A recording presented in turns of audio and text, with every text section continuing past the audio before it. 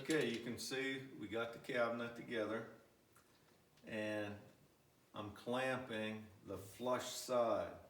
Any cabinet with any flush side, you want to clamp tight to the face frame.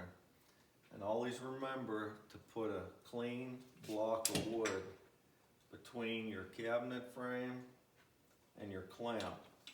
Because if this clamp had a neck in it or a piece of dried glue is as hard as a rock, and you just crank it down onto your frame, all you're going to do is cause yourself grief because you're going to put a dent in it. So just make sure you put a piece of wood between your clamp and your front frame.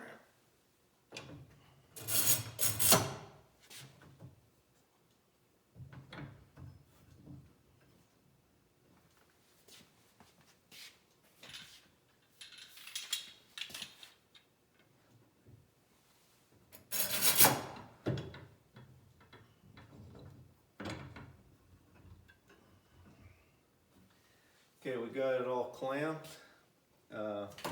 Just remember, I'm using I-beam clamps.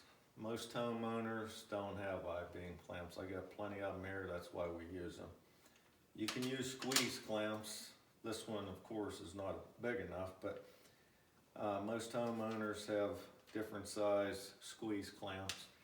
Even with the rubber caps they put on them, I would still put a block of wood between the clamp and your face frame so you don't have any issues. And while the side is clamped and drying, it's a good time, now that you got the cabinet off your bench, or you can do it on your bench, but I want to keep moving, that's why we put it on a cart. It's a good time to clean any glue out of the exterior.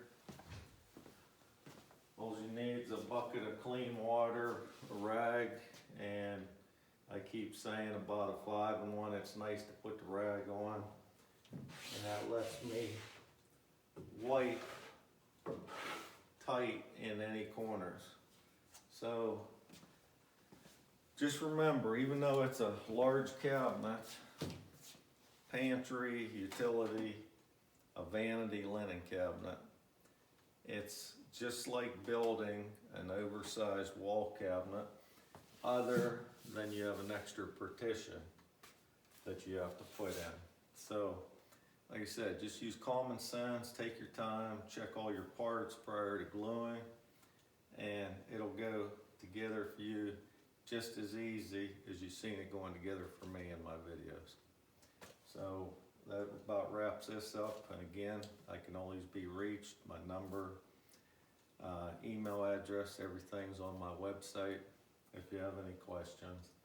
But again, it's no harder than building an oversized wall cabinet. So that about wraps it up.